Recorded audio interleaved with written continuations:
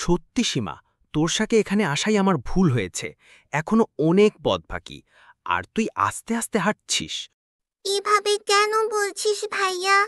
তুই তো ভালো করেই জানিস আমার পায়ের সমস্যার কথা। আমি তো আর সবার মতো সুস্থ নাই যে জোরে জোরে হাঁটবো। তোর এত কথা শোনার সময় নাই।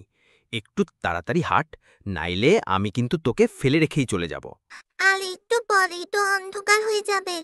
তুই চলে গেলে আমি একা একা কি করে বাড়ি ফিরবো? ওসব তোমার জেনে লাভ নেই। আমি চললাম বাড়িতে, তুই কুড়িয়ে কুড়িয়ে বাড়ি ফির।